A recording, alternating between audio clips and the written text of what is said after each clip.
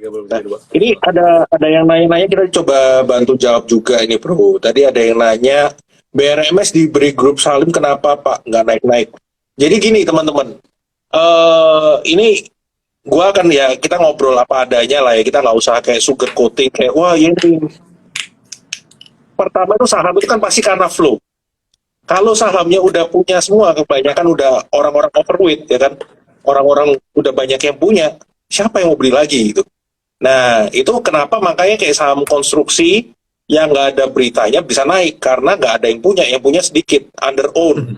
Ya, jadi begitu kayak banyak yang mau beli, nggak wah ini udah bottom, naiknya gampang. BRMS saya nggak bilang BRMS jelek, ya benar sentimennya mungkin positif, mungkin tapi kan kita mesti lihat, oke dibeli Salim, tapi strategi kedepannya apa? Apakah itu berarti dibeli Salim besok langsung naik, besok langsung profit? Nggak juga kan?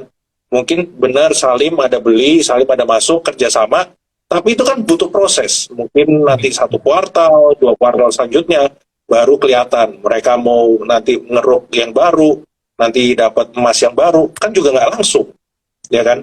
Orang-orang pasti akan paling mungkin sehari 2 hari naik, habis itu turun lagi. Kenapa? Karena yang punya udah banyak. Nah itu teman-teman yang perlu perhatiin. Kalau saham udah rame di mana-mana semua ngomongin, itu justru mungkin agak hati-hati ya. Iya, Nah, nggak betul, usah betul, betul. terlalu bullish kayak, nggak usah terlalu kemakan. Wah ini saham ini diomongin di 10 grup pasti naik. Ya mungkin bisa naik, tapi kan ya bisa aja teman-teman mesti ngeliatin juga dari sisi teknikalnya gimana, dari sisi kayak newsnya ini beneran didukung dengan fundamental yang oke apa enggak. Ya itu sih teman-teman ya.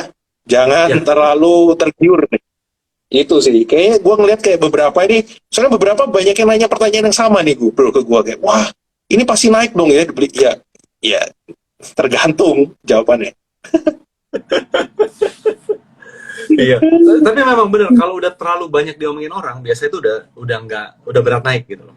Bahkan Ya, sebenarnya gini, sebenarnya kalau bicara BRMS kan dibeli Salim itu kan udah berita lama sebenarnya, udah berita lama. Dan kita bisa lihat kok kalau BRMS tuh naik tuh itu dari 100 loh. Dari 100 ya, udah jadi 200. Jadi sebenarnya itu price in gitu loh. Sebenarnya itu price in. ya, ya. Oke, kita bantu jawab teman-teman ini. Kayaknya teman-teman pada banyak yang penasaran sama film. Film, kalau menurut gue, kalau yang udah punya ya udah hold aja karena masih gerak naik terus. Tapi ini gue juga sebenarnya nggak tahu sentimennya kenapa. Kalau yang udah punya ya hold aja. Kalau bagi yang mau masuk, gue nungguin pullback tapi nggak pullback bro. Nah, Eh, gimana nih? Gimana nih? Kayak kalau menurut lu gimana nih bro? Kayak kalau saham yang kayak gini nih yang lagi naik kenceng ini, oke. apakah kita beli dulu sedikit, titip sandal, apa mending gimana? Ini kalau gue ya, jadi tren itu tuh unik. Nah, ini gue mau kasih lihat dulu dikit. Jadi tren tuh unik kenapa? Jadi ini film ya, ini grafiknya film nih. Jadi let's say ini belum Hmm. ada nih. Kita bisa lihat kok kalau kalau kita pakai moving average, gue pakainya biasanya untuk big picture gue pakai 50, 100, 200. Maka sebenarnya Ya. dari sejak di sini, ini kan udah di atas Hmm. semua MA kan. Maka ini bullish. Ya, benar. Cuman bentuk dia tuh naiknya tuh ranging gitu loh. Bentuknya tuh ranging kayak gini lah, kurang lebih ya. Kurang lebih seperti itu, Ya. ranging. Nah, apakah dia akan bisa naik jadi kayak gini? Nah, itu jujur memang nggak akan bisa dibilang gitu loh. Tapi Ya. poinnya Ya. adalah selama dia secara indikator itu positif, bagus gitu ya, itu mau dia naiknya pelan-pelan atau mau naiknya tiba-tiba kenceng, itu udah urusan apa ya? Urusan di atas deh. Urusan big fund-nya gitu loh. Urusan big fund-nya. Hmm. Tapi intinya adalah kita perlu trend following-nya gitu. Nah, sebenarnya menurut gue ya, ini kenapa hijau terus setiap hari? Ini bisa jadi orang udah nggak ada yang punya. Benar, Udah nggak ada yang punya di betul. sini. Jadi ini kita sebagai trader nih, kita kalau trader tuh kan hobinya kan gini nih. Ini ya. Sebagai trader kan hobi gini. Ini gue ganti warna ini deh. Ini MA gue hilangin deh biar gampang. Sebagai trader kan pokoknya intinya ini area support di mana gitu loh. Area support di sini, udah di sini beli jual beli jual beli jual beli jual. Akhirnya kan trader itu pasti capek juga. Gila nih udah mahal banget gitu kan. Udah mahal banget. Hmm. Udahlah, nggak usah ikutan lagi. Nah, akhirnya yang terjadi adalah harga bisa lebih gampang naik gitu loh. Nah itu salah satu juga faktor kenapa nggak banyak diomongin. Ini waktu ini kan udah nggak banyak diomongin kan, nggak banyak Iya, diomongin, nggak ada yang ngomongin malah harga tuh jarang bisa banget. Bener. bisa seperti ini gitu loh. Tapi poinnya satu, selama dia dalam teritori tren naik di atas MA, ya pada dasarnya itu simpan aja. Uptrend. Nah, Iya, simpan aja. iya, benar-benar. Dan film ini kan dia udah ngebentuk all time high kan. Nah, dia dengan pas waktu itu previous high-nya kan di 1590 udah break all time high. Kalau all time high itu kan berarti ya siapa yang nyangkut, bro? Udah nggak Udah ada nggak ada yang yang nyangkut nyangkut kan? Iya. Ya udah enteng. Nah, ya udah gitu aja nih. teman-teman. Iya, iya, iya, iya. Ya, tapi Betul, betul, mungkin betul. kalau yang penasaran ya kan mau beli ya porsi sandal dulu lah. Boleh lah porsi titip sandal. Habis itu ya kita lihat kita pantau nanti pergerakannya gimana. Kalau Iya, misalnya iya. ada pullback mungkin bisa tambah atau enggak. Itu porsi sandal dulu aja. Jangan Iya, iya. wah ini naik banyak ya udah gua all in. Nah, Oh, pokoknya kalau beli jangan. saham itu jangan all in. Bertahap Betul, bertahap betul. gedenya di bawah, jangan salah, bertahap gedenya di atas terus sampai pas turun nggak punya duit. Nah, jangan ya teman-teman, itu nanti Betul, kalau betul. mau belajar strategi trading money management langsung lah sama galeri saham ya, sama aku Rio ini bisa dibantu, langsung bisa daftar teman-teman. Titip sendal. Tapi ingat juga ya, titip sendal tuh jangan jangan sendal mahal gitu loh, sendal swallow gitu loh. Aduh, sandal sandal gua swallow bro, kalau hilang ya udah gitu. Iya. Ngomong-ngomong nih, banyak beberapa kayak beberapa hari, beberapa semingguan pada mulai ngomongin WIRG lagi nih, bro. Kan waktu itu dia sempat naik kan, sempat mau coba naik, mau break di 900-an, terus ternyata agak koreksi, terus koreksi lagi, ini dia lagi tes support 725 nih, bro. Nah, gimana nih kalau Hmm, view lu? Deket-deket stop loss nih udah. bentar ya. Gue kalau ngelihat kayak gini jelek. Gue kalau ngelihat kayak gini jelek. Hmm. Ini ini kalau kita stretch, ini jadi kayak cup and handle kebalik versi runcing gitu lah ya. Tapi intinya Ya. apapun polanya bentuknya mirip gitu. Coba kita pakai Hmm. MA ya, 1, 2, 3. Tes. Ya, MA-nya juga nggak ada. MA-nya baru ada MA20 kayaknya, bro. Iya, baru MA 20 ya. Oke, MA, coba iya. kita pakai Bollinger deh. Bollinger itu kan mana dia? Nah, di sini. Wah berat di bawah MA 20. Jadi secara tren ini jadi nggak bagus sih. Gue juga sempat mantau sih dulu pas dia di sini, pas di yang kuning ini gue juga sempat mantau. Wah, siap-siap nih kayaknya mulai menarik. Tapi ternyata ambles terus gitu loh. Jadi ya kelihatannya Ya, belum ya. Kelihatannya belum ya. betul, betul, betul. Hmm. Mungkin kan teman-teman banyak nih beberapa yang coba nadahin nih. Wah ini lagi di bawah-bawah dekat support ya udah gue coba beli. Ya nggak apa-apa, tapi porsinya disesuaikan lagi teman-teman. Karena ini menurut gue kalau lagi turun-turun gini mau coba ngetes ada rebound ya udah nggak apa-apa, tapi porsinya kecil aja. Karena ini kan Ya. masih berlawanan dengan trennya nih. Masih di bawah tren MA20-nya kan. Di jangka bawah tren jangka pendeknya. Jadi ya kan teman-teman kalau beli sedikit oke. Tapi kalau dia break ke bawah 725 ya itu ada stop loss ya jangan dilupakan itu stop lossnya teman-teman. Ya. Jadi coba lihat di low-nya yang berapa waktu lalu ya, 725 ya. Ya 725. Hmm. Hmm.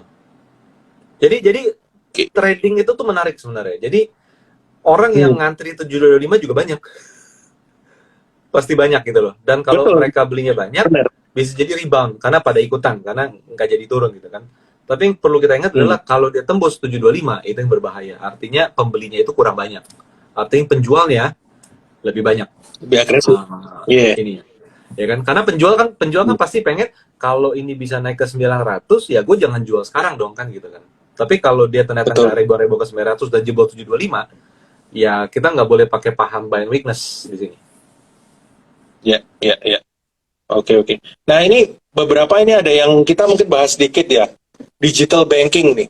Kayaknya kan ada yang ngelihat, wah bank-bank digital udah turun dalam. Ya, benar. Mungkin dari Arto, BBHI, dan lain-lain udah turun dalam nih. Tapi Ini ada kan yang nanya teman-teman nih, perlu ingat BBHI juga. nih. Oh ya BBHI Bang. Oke, Tuh. kita akan jawab juga.